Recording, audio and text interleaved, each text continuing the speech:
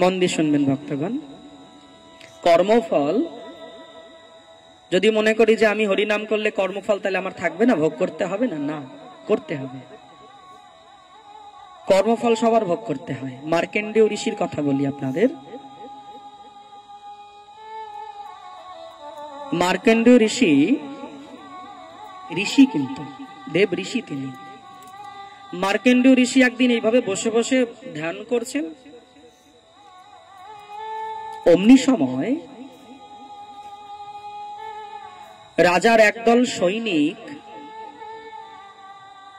দুইজন চোরকে ধরার জন্য চোরের পিছন ছুটতে ছুটতে ছুটতে ছুটতে ওই চোর এসে প্রবেশ করেছে ঋষির আশ্রমে, বনের মধ্যে। আর ঋষিবর তো ধ্যানমগ্ন, কিছুই জানে না, বাহ্যিক কোনো জ্ঞান নেই। তিনি পরম আনন্দে বিচরণ করছিলেন। তখন ওই চোর দুটো নিজেকে রক্ষা করার জন্য ঋষির আশ্রমে প্রবেশ করেছে ভক্তগণ। তো ওই যে সৈনিক দুইজন মহারাজে, যারা দুজন পেছনে ছুটছিল, তারাও এসে ঋষির আশ্রমে প্রবেশ করেছে। এবার তারা মনে মনে চিন্তা করেছে, এই চোর দুটো যখন এইখানে এসে প্রবেশ করেছে, নিশ্চয়ই তাহলে এনারও এই চুরির সঙ্গে হাত আছে। একটু বাহ্যিক দিয়ে চিন্তা করুন। পাড়ায় দুজন চোর এসেছে, অমনি সময় গ্রামবাসী তাড়া করেছে, ছুটে এসে আপনার ঘরে ঢুকে লুকিয়েছে। পাড়া প্রতিবেশী আপনার ছেড়ে কথা বলবে? মায়েরা ছেড়ে কথা বলবে? আপনারও নিশ্চয়ই এর সঙ্গে হাত আছে, নইলে আপনার বাড়িতে এসে কেন প্রবেশ করলো? তা তারা কি করেছে, ওই চোর দুটোকে তো ধরেছেই, এমনকি ওই মার্কেন্ডেয় ঋষিকেও তুলে নিয়ে গেছে। ওই অবস্থাতেই ধ্যানমগ্ন আছেন, ওই অবস্থাতেই তুলে রাজপ্রাসাদে নিয়ে গেছে। রাজপ্রাসাদে নিয়ে গিয়ে কারাগারে বন্দী করে দিয়েছে। ঋষি তখনও ধ্যান করছেন, ধ্যান ভাঙেনি। মহারাজকে গিয়ে খবর দিয়েছে, মহারাজ সেই চোর ধরা পড়েছে। তো মহারাজ সঙ্গে সঙ্গে আদেশ করেছেন, যাও তাদেরকে শুলে চড়িয়ে দাও। শুল মানে বোঝেন মায়েরা? আগের দিনে ছিল, রাজরাজাদের এই ব্যবস্থাটা ছিল। এরকম প্রকাণ্ড একটা বেশ ছুচালো একটা লৌহ দণ্ড, তার উপরে এইভাবে বসিয়ে দেওয়া হতো। শুল ব্যবস্থা আগে ছিল। মহারাজ আদেশ যেই করে দিয়েছে যে তাদেরকে শুলে চড়িয়ে দাও, অমনি সময় কি করেছে প্রহরীগণ, কি করেছেন, সেই সবাইকে ধরে নিয়ে গিয়ে ওই শুলে দিয়ে দিয়েছে। সেই ঋষিবরকে, মার্কণ্ডেয় ঋষি, তিনি ওইভাবেই ধ্যান করছিলেন, ওই অবস্থাতেই তাকে শুলে দিয়েছে। ঋষি তখনও ধ্যান করছে।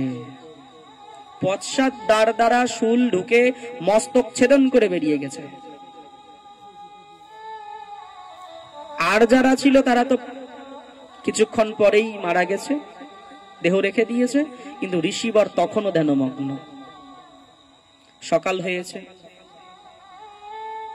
এবার ওই মৃতদেহ ফেলে দিবে।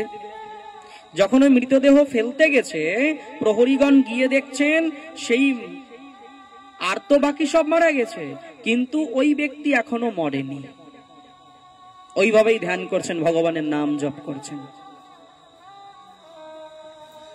তখনই ওই রাজ কর্মচারী যারা ছিল তাদের সন্দেহ হয়ে গেল, তাহলে আমরা নিশ্চয়ই কোনো বড় ভুল করেছি, ইনি কোনো সাধারণ মানুষ হতে পারে না যাকে আমরা দণ্ড দিয়ে ফেলেছি।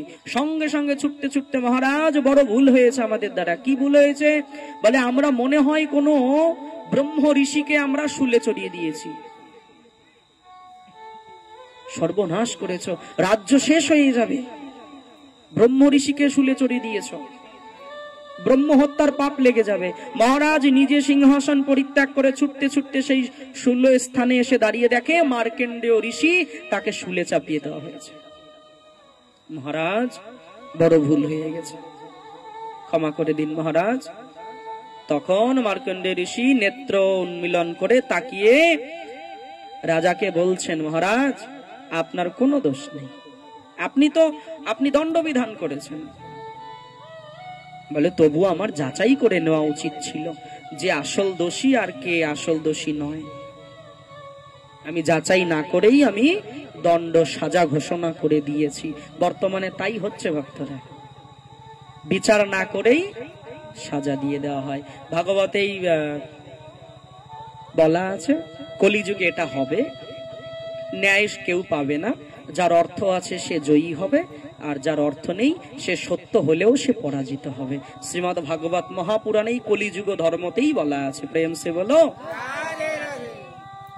দেখবেন আপনার অর্থ আছে, আপনি ভুল করেছেন, তবু আপনি জিতে যাবেন, সবার কাছে মান্যতা পাবেন।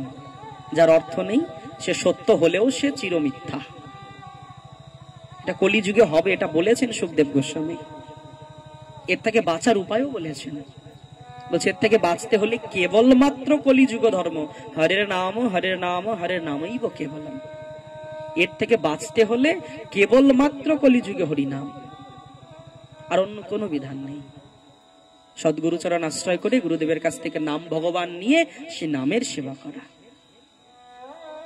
মার্কণ্ডেয় ঋষি বললেন, আমার তোমার সঙ্গে কোনো কথা নেই। আপনি রাজা সুলভ আচরণ করেছেন, অপরাধীকে দণ্ড দিয়েছেন, এটা আপনার কর্ম, এটা আপনার উচিত ধর্ম। আমার জিজ্ঞাসা হবে যমরাজের সঙ্গে, তিনি আমাকে এই সাজা কেন দিলেন, কালের সঙ্গে আমার কথা হবে। অমনি ওই তৎক্ষণাৎ ওখান থেকে অন্তর্ধান হয়ে যমালয়ে প্রবেশ করেছে মার্কণ্ডেয় ঋষি। যখনই যমালয়ে গিয়ে দাঁড়িয়েছে, সঙ্গে সঙ্গে যমরাজ সিংহাসন ছেড়ে দিয়ে প্রণাম করেছে। ঋষিবর কি জন্য আগমন? বলে স্তুতি বন্দনা প্রণাম ওগুলো সব বাদ দাও, তুমি আমাকে প্রশ্নের উত্তর দাও, আমি কি এমন অপরাধ করেছি যার জন্য তুমি আমাকে শুলে ওঠালে? যমরাজকে বলছে। যমরাজ বলছে, মহারাজ হে ঋষিবর, এ তো আমার কারণে হয়নি। তাহলে কি কারণে হলো? বলে এ তো আপনার কর্মফল, এও আপনার কর্মফল। ঋষি বললেন, এমন আমার তো সজ্ঞানে আমি এরকম মনে পড়ে না আমি এমন কোন কর্ম করেছি যার জন্য আমাকে শুলে চড়তে হলো। বনের ফল পাতা খেয়ে আমি জীবন ধারণ করলাম, সারাদিন ওই বৃক্ষতলে বসে বসে হরিনাম করলাম, আর সেই আমাকে শুলে চড়তে হলো? জগতে কিন্তু এগুলো বিচার করে ভক্তগণ।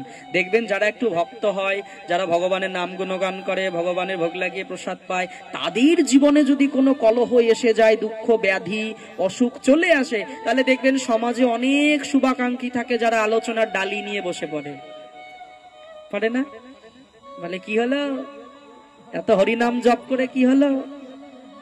হ্যাঁ, সেই তো আপনাকে ডাক্তার বাবুর কাছে যেতে হলো।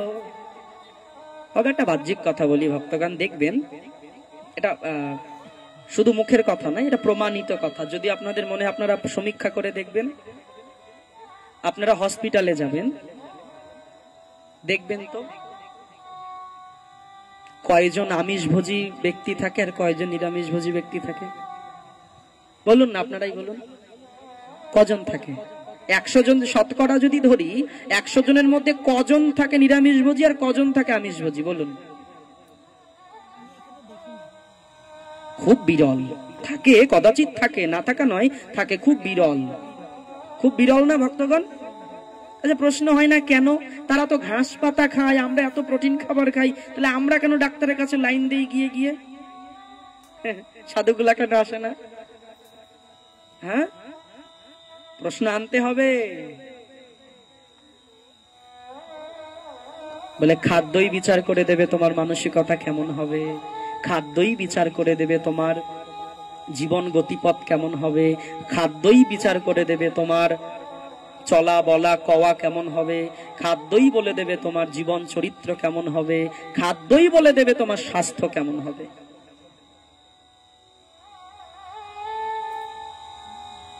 প্রেম সে বলো। মার্কণ্ড ঋষি বলছে, আমার তো সব মনে পড়ে না যে আমি এমন কোন অপরাধ করেছি যে যার কারণে আমাকে শুলে চড়তে হলো। যে মহারাজ, অপরাধ নেবেন না, আপনি পূর্ব জন্মে ছোটবেলায় বাল্য খেলা খেলতে খেলতে আপনি ওই জঙ্গলের ফড়িং ধরে ওই ফড়িং এর পেছনে আপনি ওই কাঁটা ঢুকিয়েছিলেন। ফড়িং এর পশ্চাৎ দেশে আপনি গাছের কাঁটা তুলে সেই কাঁটা আপনি প্রবেশ করিয়েছিলেন। ছোটবেলার কথা, বাল্যকালে খেলতে খেলতে, এই বাচ্চারা যেমন খেলে, খেলতে খেলতে অনেক কিছু করে না? ফড়িং তুলে তুলে গাছে সুতো বেঁধে ওরাই অনেক কিছু খেলে, বড়শি দিয়ে মাছ ধরে, ফাঁদ পেতে পাখি ধরে, সব লেখা আছে, সব লেখা থাকবে, সব লেখা থাকবে। এমন কি ভক্তগণ, অধর্ম করছো না, কিন্তু অধর্ম করার পারমিশন, অনুমতি দিলেও তুমি অপরাধী। এমনকি